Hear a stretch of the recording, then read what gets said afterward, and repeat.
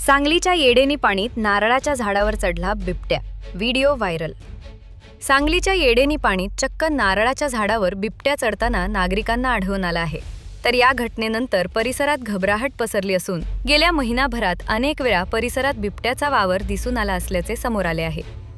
शनिवारी सकाळी ज्योतिबा खिंड परिसरात उत्तम पाटील यांच्या शेतात नारळाच्या झाडावरून बिबट्या खाली उतरताना काही लोकांना दिसला।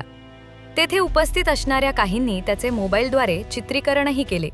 या परिसरात डोंगर व गर्द झाडी असल्याने तसेच ऊस शेती असल्याने बिबट्याचा वावर आहे।